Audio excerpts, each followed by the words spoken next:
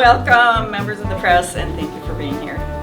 I'm Linda Frank, and I'm here in support of Resolution 19582, a resolution to create the Milwaukee City-County Joint Task Force on Climate and Economic Equity.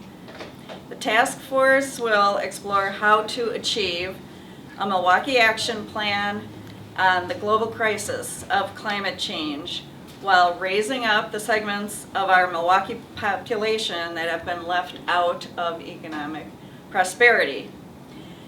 That resolution is coming up for a vote of the county board this morning, having been unanimously approved by the city's common council. I am joined by a gathering of enthusiastic supporters of the resolution and by several community leaders who would each like to speak briefly on the significance of the resolution to them. I am a lawyer and a member of 350.org, the climate change organization. I, together with my colleagues, have been intimately involved in the process behind this resolution through a coalition formed by 350.org, Citizen Action, and Sierra Club. It's called the Milwaukee Equity and Climate Alliance. We sometimes refer to it as MECA. MECA has worked over the past year to put forward a proposal for local action with the goals of this resolution. And it came together through the efforts of Common Council President Ashanti Hamilton and County Board Supervisor Supreme Moore Amakunde. And that is how we have the resolution that's coming up for final vote today. I am here to stand with the majority of American people who acknowledge that climate change is real and demands immediate action.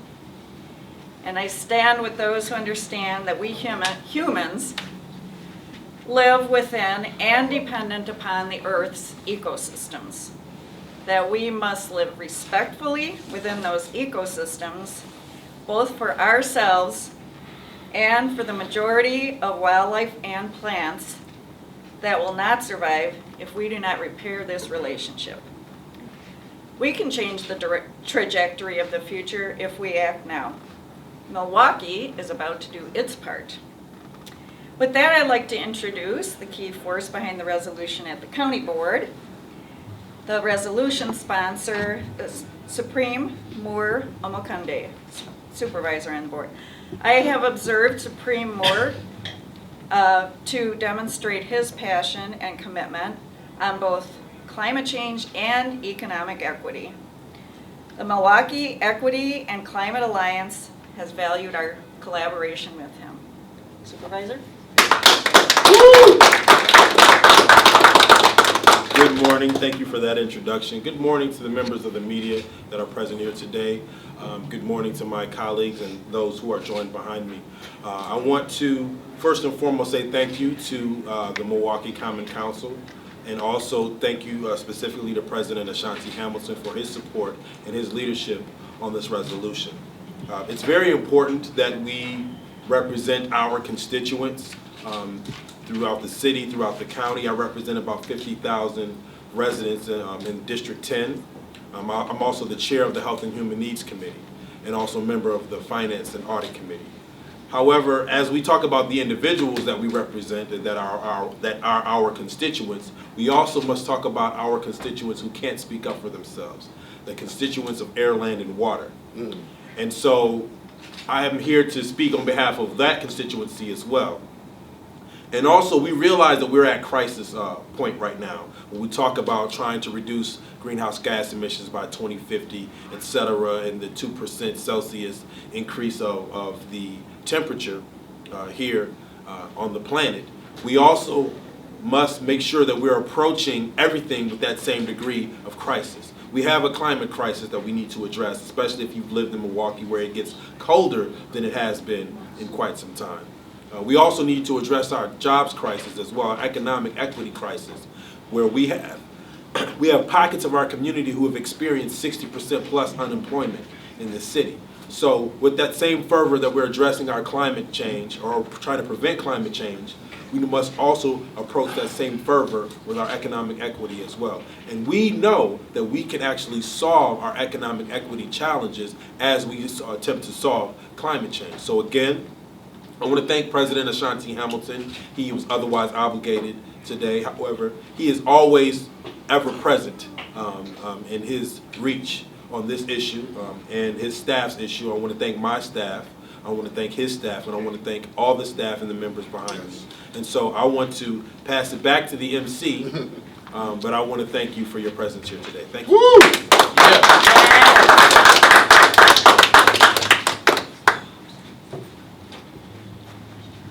Thank you, Supervisor Moore.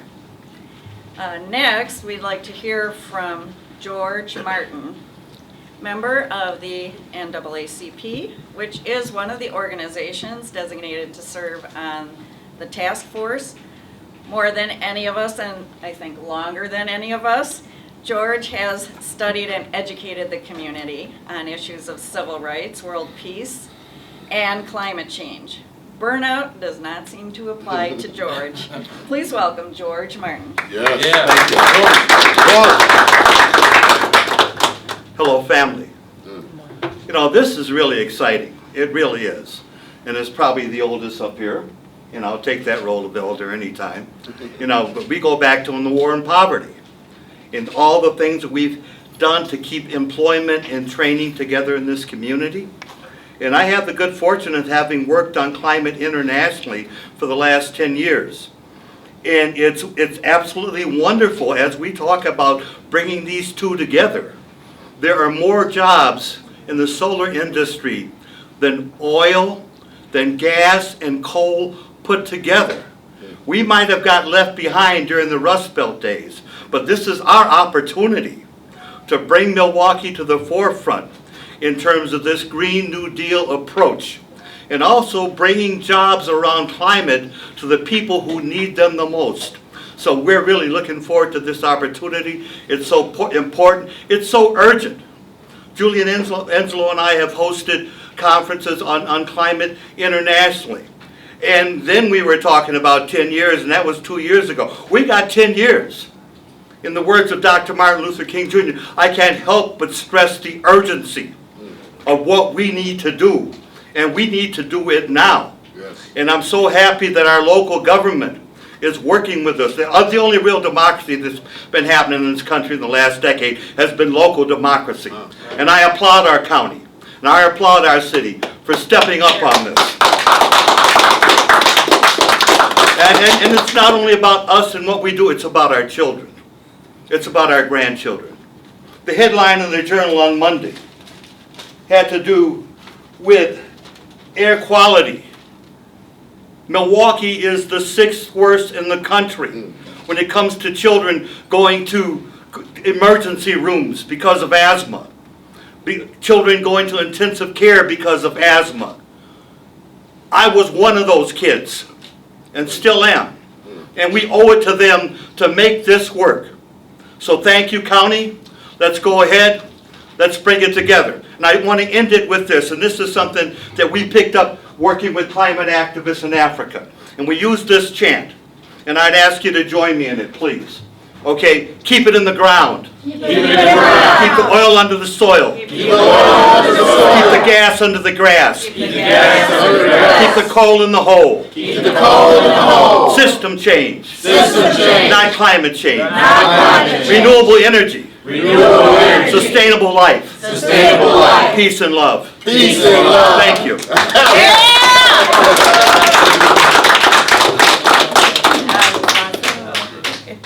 Thank you, George Martin, for that rousing address. And each of us, every one of us, is going to suffer hardships brought on by climate change, but none more than our younger generations, who will face the consequences in 2050 and into the second half of the century. They are scared and they are rising up. I'm happy to introduce Elijah Craig, student climate strike leader, who is about to start his college studies at UW Eau Claire. Elijah. Elijah. Yeah. Well, I got the idea for the walkout after seeing the international movement started by Greta Thunberg, and I figured, if there's a million other students around the world doing this, I might as well get in on it too. So I reached out to a few of my friends, and through them, a handful of other students and leaders at the Youth Empowered in the Struggle program, and got to work. And I organized a meeting with my dad over here, and he helped fill them in on what was going on. And through them, we were able to basically connect with several other students, and over about a week's time we organized this thing, and we only expected a turnout of about 50 students or so, but by the end of it we got, I think it was something like 150, maybe close to 200. Right. Beautiful. And we got them out, got some good media coverage, and at the end of the day everyone was pretty happy about it. So, and on the day of it, it was actually pretty funny. We were making the posters, right? We were finishing them up, and my assistant principal comes and gets me, and she brings me over to her office, and they kind of interrogate me a bit about it, say they know what it is, because apparently it was on like a news source in the morning, and they tried to shut it down, and I said, I'm going to do it anyway. I'm willing to sacrifice. I'm willing to make. You can try to suspend me. This has to happen. It's our future. This is what we're going to do. So we went and we finished up the posters, and in class they made an announcement saying that it was we're forbidden from walking out. They released emails to all the different teachers trying to stop us, and we did it anyway. Yeah. And That's how you do it. And one of my friends was actually on the swim team, and so what we did was we got him to go to the office to say that he was making a swim announcement for the swim banquet. Got on the speakers and told everyone to walk out, and everyone walked out all in unison and went right through the front doors where the security were, and they couldn't stop us. So it was really, really awesome. Yeah. And I'm happy that it seems to be making an impact. I just want to thank the county board for actually backing this up and supporting this task force. I think it's really important. So thank you. Thanks a lot.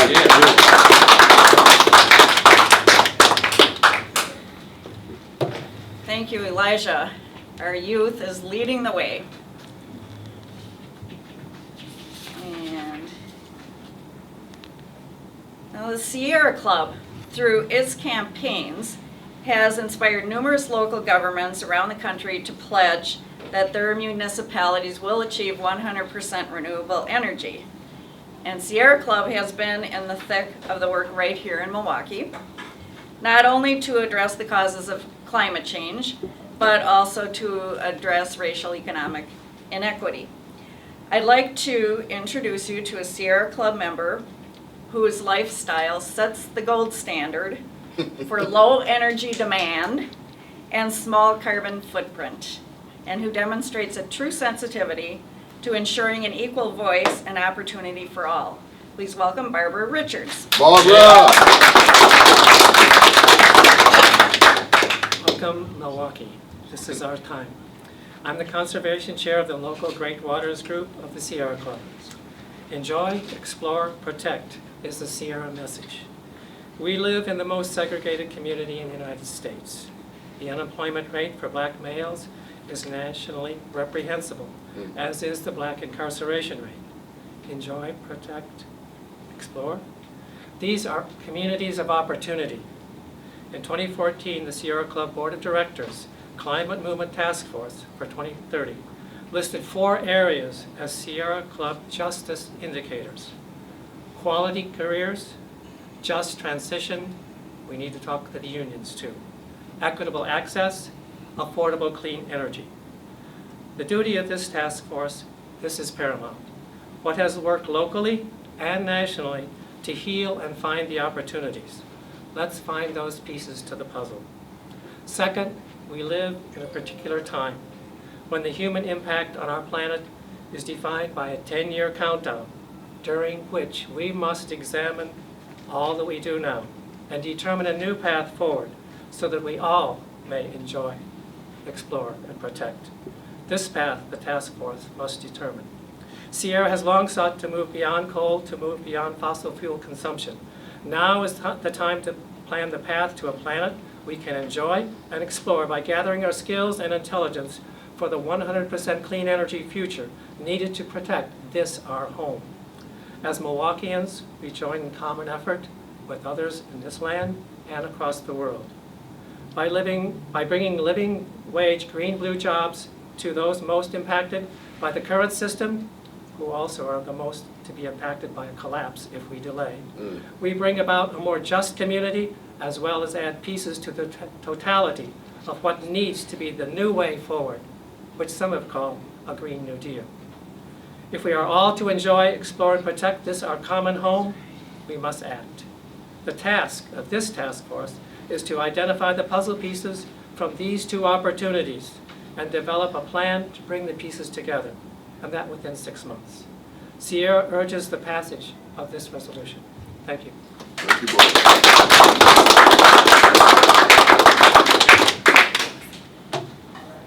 Thank you for those inspiring words, Barbara. And Citizen Action is another key member of Milwaukee Equity and Climate Alliance. Its director, Robert Craig, has gained a wealth of knowledge and experience on equity and inclusion and has put it into practice in exemplary fashion in the operations of his organization. Please welcome Robert Craig. Thank you very much, everyone. In addition to being Elijah's proud uncle, I'm also the executive director of Citizen Action of Wisconsin.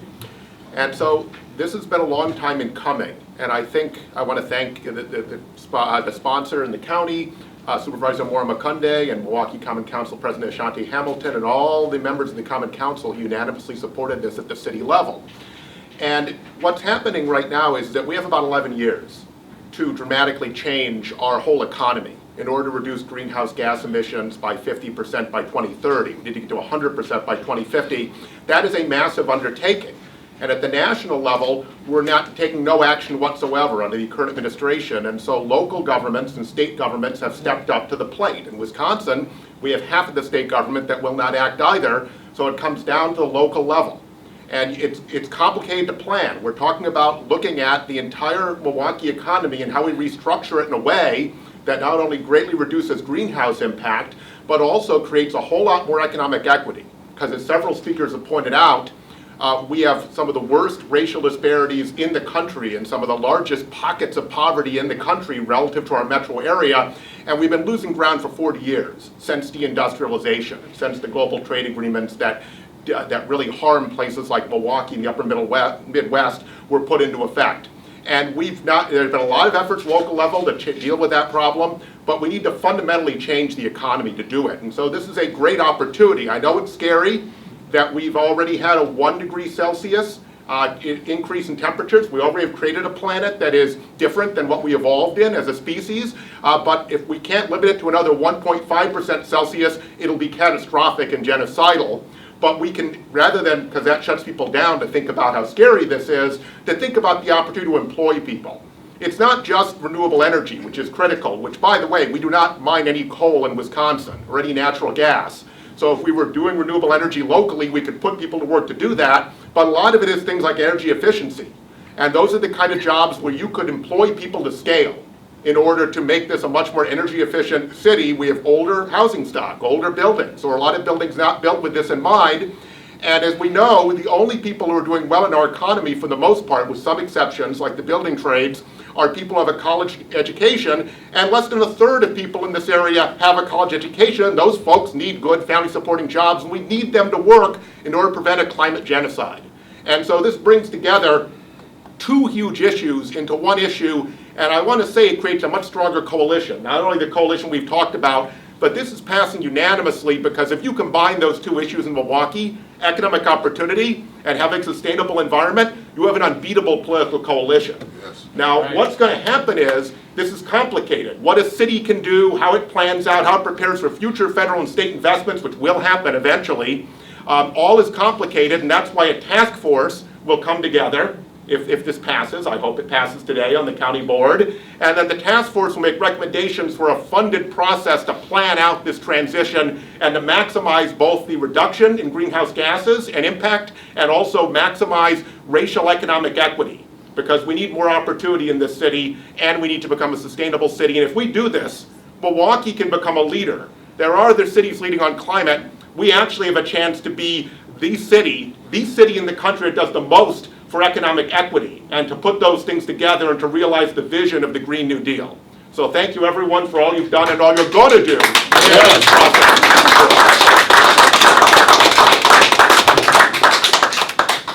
Thank you, Robert. And our final speaker will tell you that she has lived the life of struggle and deprivation that comes with the chronic economic depression in certain of our Milwaukee communities that the resolution seeks to remedy.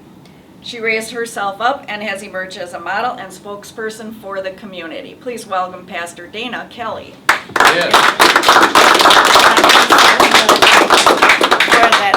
The opportunity for the introduction. I will be brief. I have stated in the past that this is more than equity, but equality. Because equity just means just being fair, but equality means that it's what's doing what's right. And that's what needs to be done here in Wisconsin, in Milwaukee in particular, because the 53206 area, which is where my church is located, is the most economic deprived area in Milwaukee itself. And I see it every week that I have to go. I don't live there now, but I plan to move back in the area to be a part of this change. But every time I go into the city, I see the disparity. I see the opportunity as well. And in this, there's a lot of opportunity to level the playing field. There's a lot of opportunity to boost the morale of the people that live in these communities. As already been spoken, the Black community is one of the hardest community to be able to retrofit their homes and to get the training that they need in order to have sustainable jobs for their families. So it's needed across the board, but it's not just about the money, the jobs, but it's also about the cleaner air. I myself suffer from asthma and other health problems due to the water, the lead in the water, the air quality here, and other things that's going on that will really bring a better future, not for us just now in 2030, but for our children to come. So this is so important that we parallel this, that we make this an equal opportunity endeavor so that we can level the playing field once again in Milwaukee. There are a lot of people that want to work. There are a lot of people that want to have a better quality of life, but not only a better quality of life, but a better quality of health. And there's no way to do one without the other. So I'm very grateful for the new Green Deal. I'm grateful for the 100% Just campaign. I believe that if we follow what we have already implemented or thought through, that these things will really benefit the economy. It'll start to generate revenue into our economy, and it's just a win-win-win all the way around. So I thank you again. I thank the city and the county for all their joint efforts in this, and I thank all of you that are working together to make this an easy transition for Milwaukee. So again, I thank you. Win, win, win.